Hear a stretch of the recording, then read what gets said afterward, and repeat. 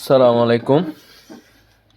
আজকে আমরা সমাধান করব পরিমিতি 16.4-এর 13 নং 12 নং প্রশ্ন। 16.4-এর 12 নং প্রশ্ন। তো 12 নংয়ে বলা হয়েছে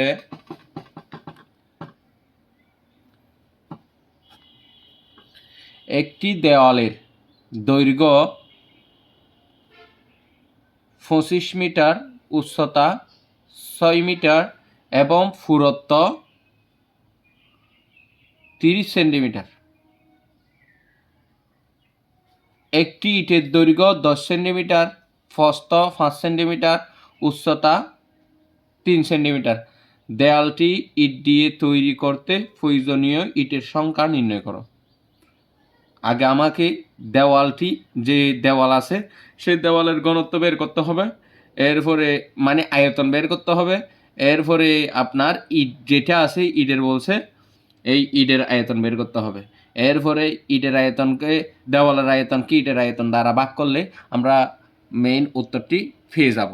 তাহলে আমরা আগে লিখতে পারি দেওয়া আছে দেওয়ালের দৈর্ঘ্য।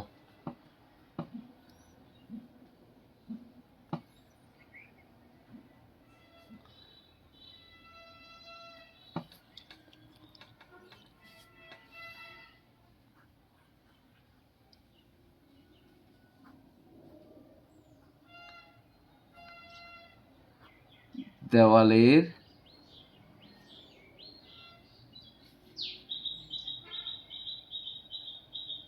দৈর্ঘ্য ইকুয়াল টু তাহলে 25 মিটার।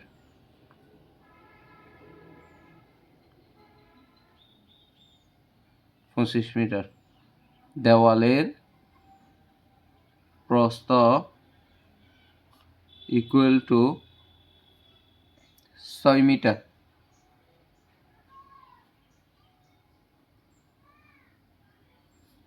এবং দেওয়ালের উচ্চতা বা পুরুত্ব বলতে পারি আমরা, মানে দেওয়ালটা কতটুকু দাঁড়ো।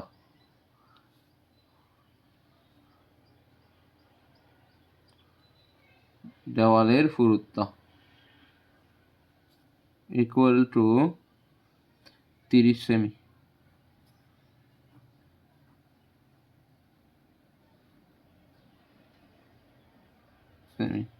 তাহলে এখানে যে দৈর্ঘ্য এবং প্রস্থ যে মিটার আছে, আমাদের এই 30 সেন্টিমিটার যেটি আছে সেটিকে আমরা মিটার নিয়ে যাব।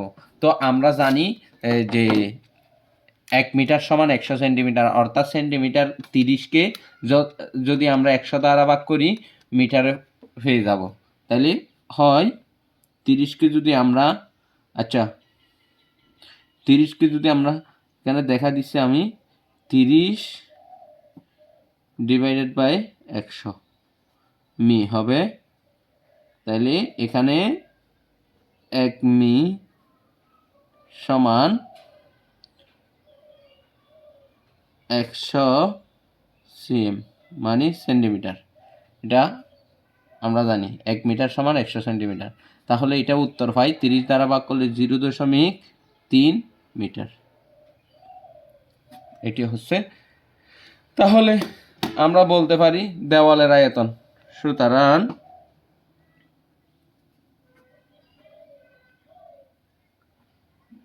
দেওয়ালের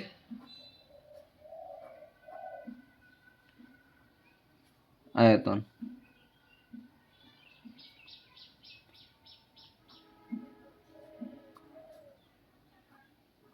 দৈর্ঘ্য গুণ প্রস্থ গুণ উচ্চতা বা পুরুত্ব। এটাকে পুরুত্ব লিখি, পুরুত্ব।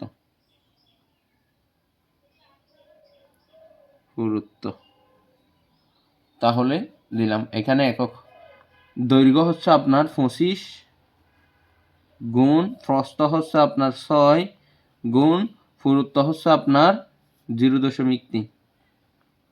এখানে একক হবে ঘন মি, যেহেতু আয়তন।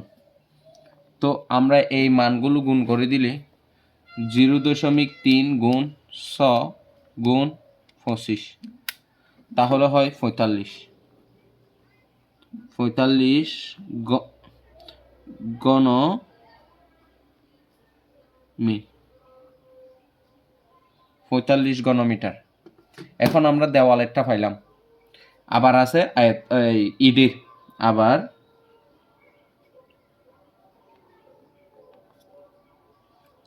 একটি ইটের দৈর্ঘ্য 10 সেন্টিমিটার।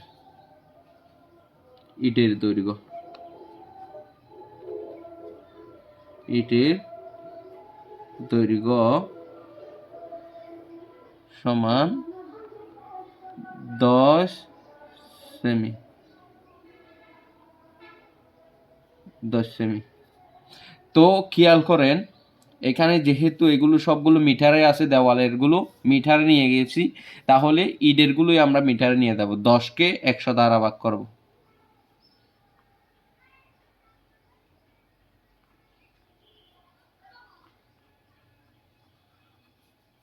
মি হবে, তো এখানে 60 1 me equal to 100 semi, semi.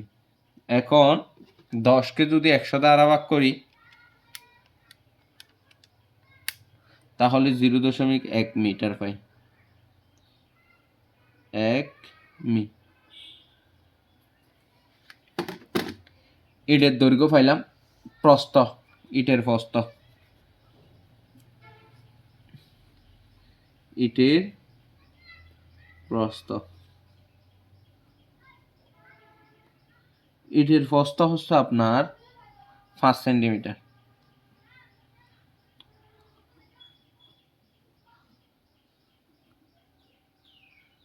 Metre. তাহলে এটাকেও আমরা সেন্টিমিটার নিয়ে যাব, 100 দ্বারা ভাগ করব, এখানে হবে মিটার। তো এটাকে যদি আমরা মিটারে নিয়ে যাই,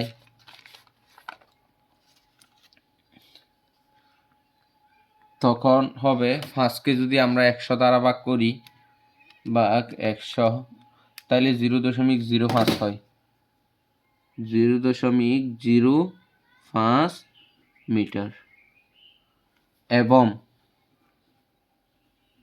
এবং তাহলে এরপরে আছে আপনার উচ্চতা।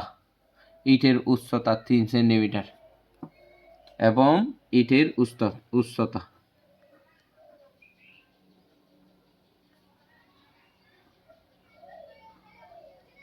ইটের উচ্চতা হচ্ছে, উচ্চতা সমান আপনার 3 সেমি,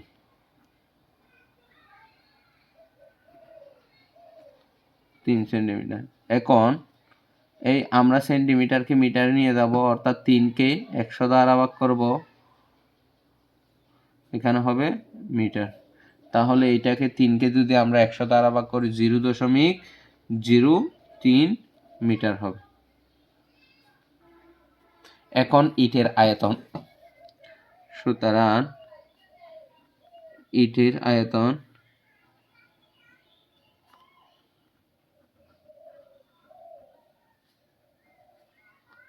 ইটের আয়তন সমান দৈর্ঘ্য গুণ প্রস্থ গুণ উচ্চতা। তাইলে দৈর্ঘ্য পেয়েছি আমরা, আপনার দৈর্ঘ্য পেয়েছি 0.1, 0.1 গুণ প্রস্থ পেয়েছি আপনার 0.05, 0.5, উচ্চতা পেয়েছি 0.03,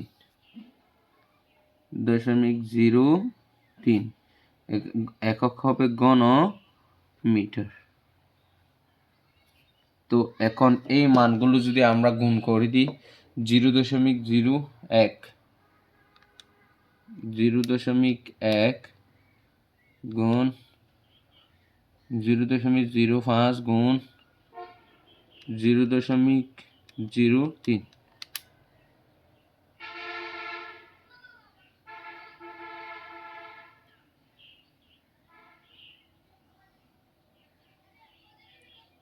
তাহলে হয় 0.0015 মিটার, এটা হবে। তো আমরা এখন আমাদের বলছে কি যে দেওয়ালটি ইট দিয়ে তৈরি করতে প্রয়োজনীয় ইটের সংখ্যা নির্ণয় করো, তাহলে ইটের সংখ্যা নির্ণয় করতে হবে। অর্থাৎ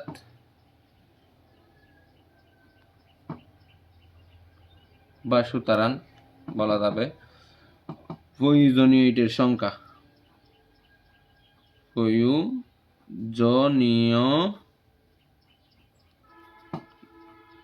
ইটের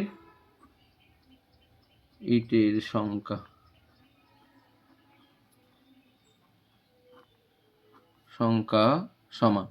এখন দেওয়ালের আয়তনকে ইটের আয়তন দ্বারা ভাগ করো।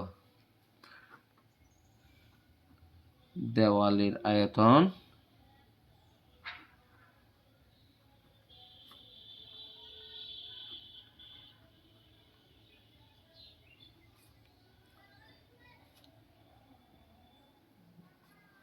ইটের আয়তন।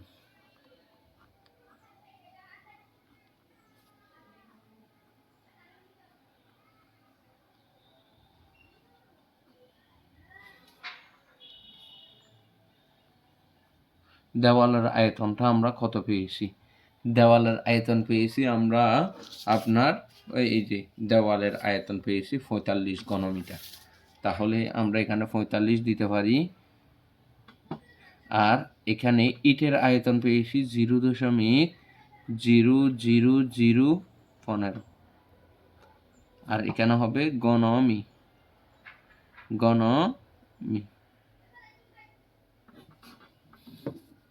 তাহলে আমরা লিখতে পারি, এখন 45কে যদি আমরা এই সংখ্যা দ্বারা ভাগ করি, 45 ভাগ 0.00015, তাহলে হয় আপনার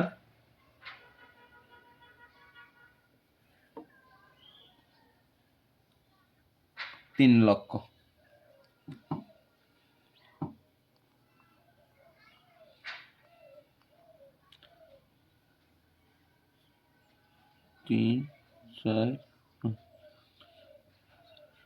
তিন লক্ষ ঘনমিটার।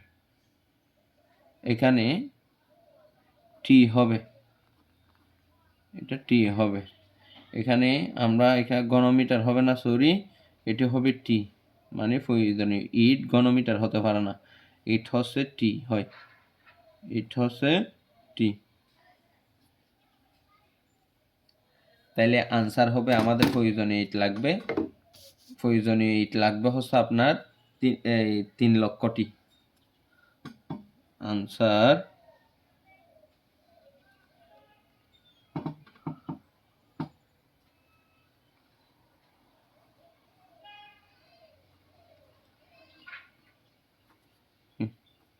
এটি হচ্ছে আমাদের 12 নং প্রশ্নের সমাধান। প্রথম অংশ হচ্ছে এটি, আর দ্বিতীয় অংশ হচ্ছে এটি। ধন্যবাদ সবাইকে।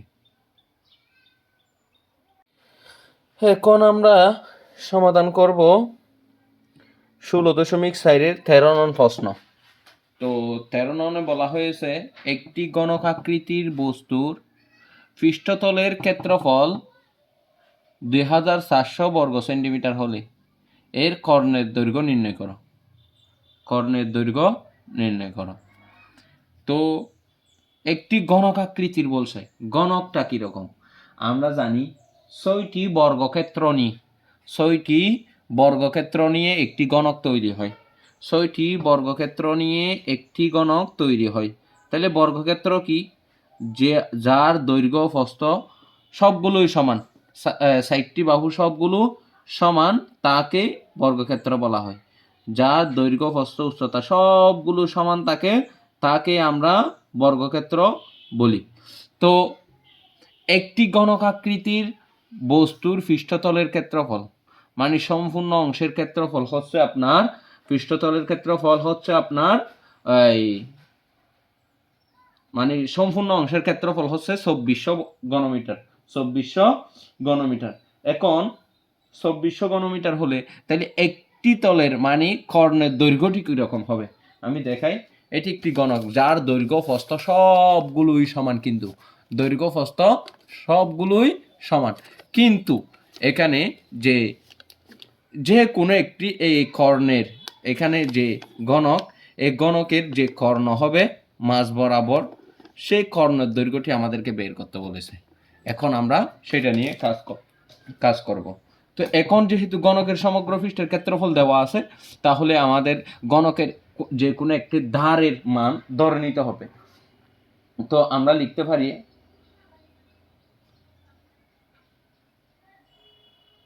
পারি দড়ি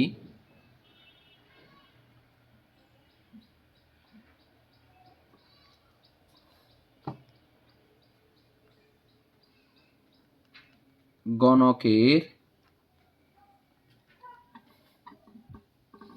বাহুর দৈর্ঘ্য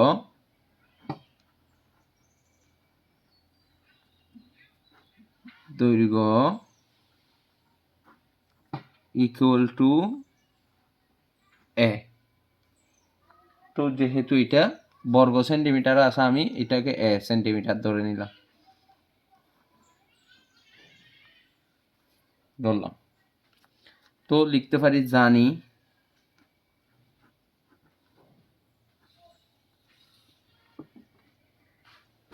গণকের ক্ষেত্রফলটা কিরকম। গণকের সমগ্র তলের ক্ষেত্রফল, এই তো গণকের সমগ্র তলের ক্ষেত্রফল হচ্ছে এটি। গণকের সমগ্র তলের ক্ষেত্রফল হচ্ছে 6a²। গণকের সমগ্র তলের ক্ষেত্রফল হচ্ছে 6a²। তো আমরা গণকের সমগ্র তলের ক্ষেত্রফলটি নির্ণয় করব। জানি গণকের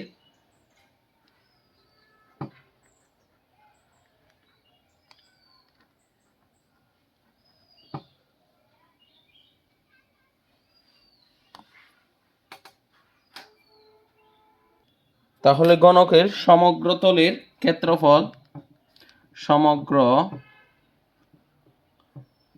তলের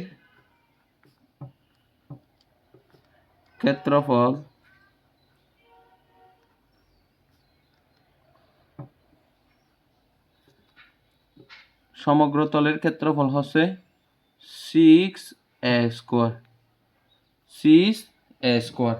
এখন তো গণকের সমগ্র তলের ক্ষেত্রফল যদি 6a² হয়, তো এখানে আমাদেরকে প্রশ্নের মধ্যে কি বলেছে যে গণাকৃতি বস্তুর পৃষ্ঠতলের ক্ষেত্রফল মানে সমগ্র তলের ক্ষেত্রফল 2400 বর্গ সেন্টিমিটার বলেছে।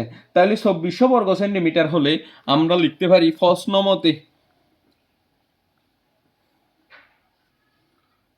মতে গণকের সমগ্র তলের ক্ষেত্রফল কিন্তু 6a² পাইলাম। তাইলে আমরা সেই 6a² সমান লিখতে পারি 2400। বা এখন আমরা এর মানটা বের করে নিব। a² এই পাশে রেখে দিলে 2400 যাবে উপরে আর 6 আসবে নিচে। বা a² ইকুয়াল টু, তাহলে 100 দিয়ে যদি 24কে কাটি, 6 একে 6, 424 অর্থাৎ 424, তাহলে 0 2টা 400 পাইলাম। তো এখন এই a²টা আমরা তুলে নিব, বা এ সমান এই পাশ থেকে যদি আমি a² তুলে নিই, a²টা ওই পাশে গিয়ে রুট হয়ে যাবে, তাইলে √400। সুতরাং এ ইকুয়াল টু, তো এখন আমরা যদি 700-র উপরে বর্গ করি বা বর্গমূল করি, এই 700-র উপরে বর্গমূল করলে হয় 20। সুতরাং এ ইকুয়াল টু 20 সেমি, অর্থাৎ গণকের বাহুর দৈর্ঘ্য হচ্ছে কি 20 সেন্টিমিটার। তো এখন আমাদেরকে এখানে কিন্তু কর্ণের দৈর্ঘ্য নির্ণয় করতে বলেছে। তো কর্ণের দৈর্ঘ্যটা কীরকম? কর্ণের দৈর্ঘ্য আমরা জানি এটা হচ্ছে গণক, গণকের কর্ণের দৈর্ঘ্য হচ্ছে এটি, গণকের কর্ণ √3a, √3a। তাহলে আমরা তো এর মান পেয়েছি, তাহলে √3a বসাই দিতে পারি আমরা এখন। তো এখন আমরা লিখতে পারি, এখন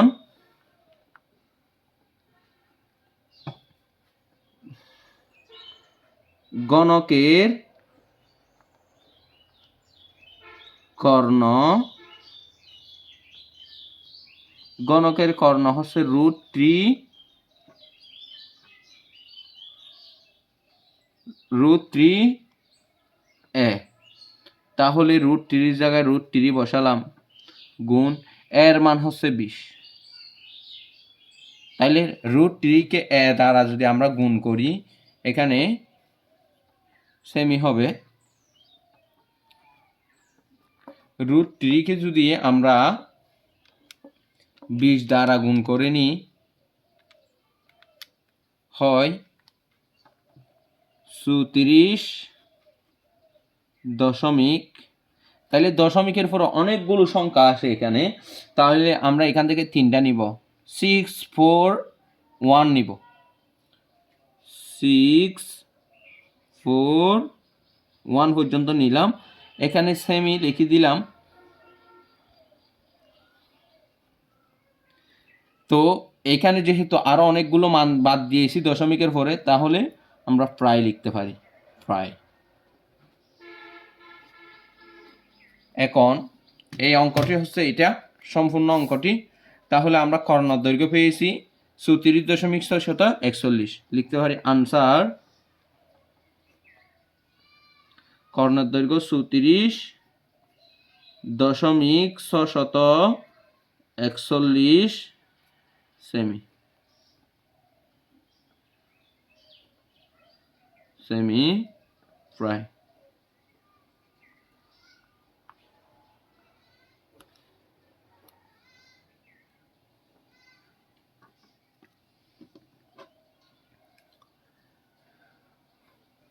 ধন্যবাদ সবাইকে। এখন আমরা নির্ণয় করব 14 নং প্রশ্ন। তো 14 নংয়ে বলা হয়েছে 12 সেন্টিমিটার উচ্চতা বিশিষ্ট একটি বেলনের ভূমির ব্যাসার্ধ 5 সেন্টিমিটার, এর পৃষ্ঠতলের ক্ষেত্রফল ও আয়তন নির্ণয় করো। তাহলে বেলন যেটা আছে সেটি হচ্ছে আপনার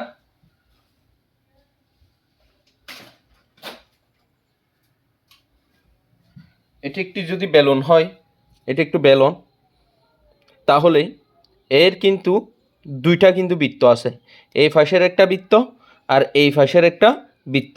তাহলে দুইটি বৃত্তের মধ্যে তো মাঝের এটি হচ্ছে ক্ষেত্রফল। তো এখন আমরা লিখতে পারি এটার যে উচ্চতা 12 সেন্টিমিটার উচ্চতা বলেছে, তো উচ্চতা বলতে এটা পুরাটা, এখান থেকে এই মাথা পর্যন্ত এটা সম্পূর্ণটা হচ্ছে উচ্চতা। তাহলে আমরা লিখতে পারি সমাধান,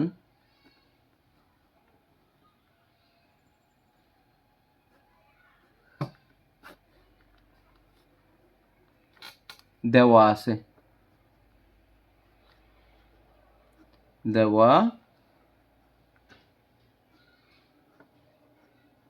আছে বেলনের উচ্চতা থেকে আমরা এস দ্বারা প্রমাণ করি। বেলনের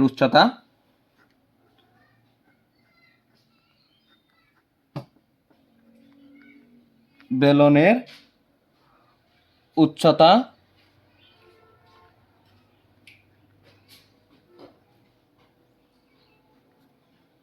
এইচ সমান 12 সেমি।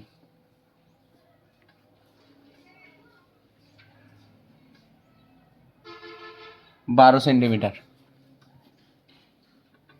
বেলনের উচ্চতা এইচ সমান 12 সেন্টিমিটার। এবং এখানে কিন্তু ভূমির ব্যাসার্ধ 5 সেন্টিমিটার বলেছে। ব্যাসার্ধকে আমরা আর দ্বারা প্রকাশ করি। ভূমির ব্যাসার্ধ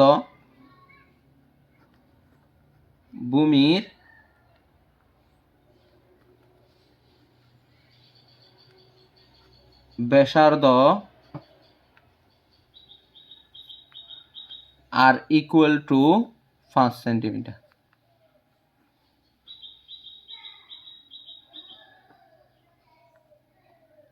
5 সেন্টিমিটার। তো এখন আমাদেরকে বলেছে পৃষ্ঠতলের ক্ষেত্রফল ও আয়তন নির্ণয় করতে। এটি হচ্ছে বেলনের যে প্রয়োজনীয় সূত্রগুলো। বেলনের পৃষ্ঠতলের ক্ষেত্রফল হচ্ছে এটি। বেলনের সমগ্র তলের ক্ষেত্রফল মানে পৃষ্ঠতলের ক্ষেত্রফল 2πr ইন্টু আর প্লাস এস। এগুলো কিন্তু আমরা প্রমাণ করেছিলাম। তো লিখতে পারি জানি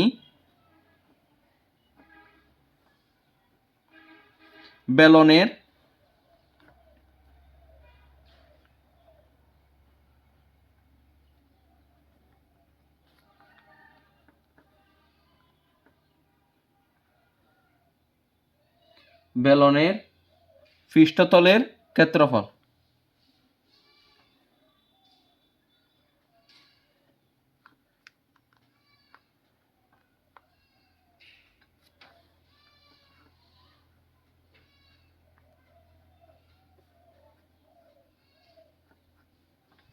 বেলনের পৃষ্ঠতলের ক্ষেত্রফল হচ্ছে তাহলে 2π আর ইন্টু আর প্লাস এইচ। তো এখন আমরা কিন্তু এখানে আর এবং এইচ এর মান পেয়েছি।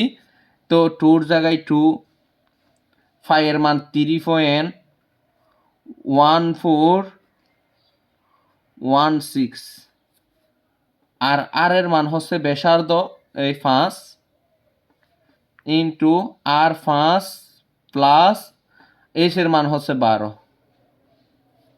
এইচ এর মান হচ্ছে 12।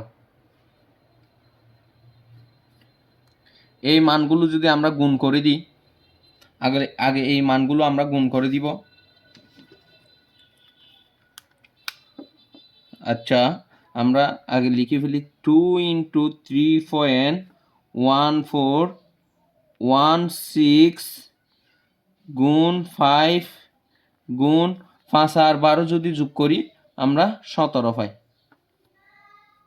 তো এখন আমরা লিখতে পারি এই মানগুলো সবগুলো গুণ করলে 2 ইন্টু 3.1416 গুণ তারপরে 5 গুণ 17 একসাথে 534.072 534.072 বর্গ এখানে কি আছে যে সেন্টিমিটার।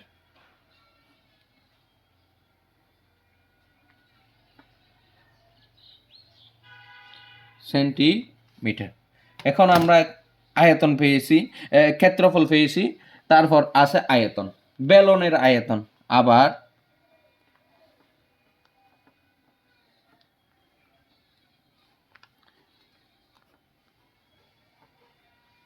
বেলনের আয়তন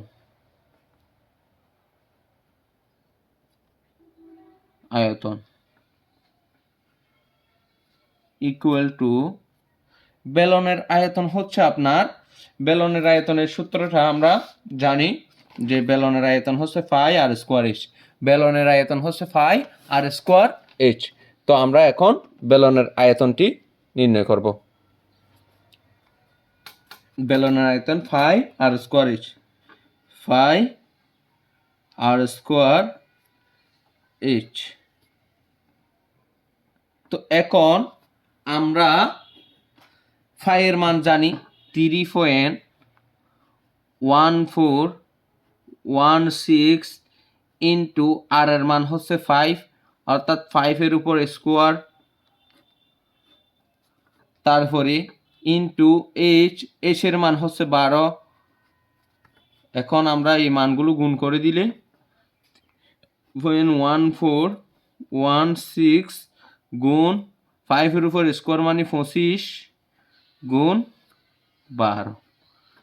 এই মানগুলো যদি সবগুলো আমরা গুণ করে দিই 3.1416 গুণ 25 গুণ 12, অর্থাৎ 942.48 942.48 ঘন সেমি। আয়তন যেহেতু ঘন সেমি হবে, ঘন সেন্টিমিটার। আনসার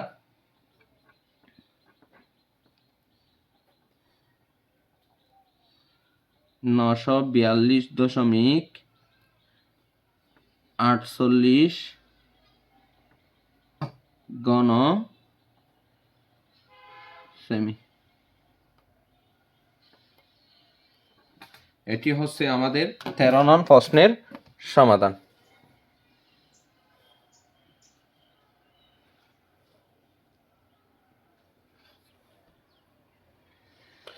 ধন্যবাদ সবাইকে। সালাম আলাইকুম।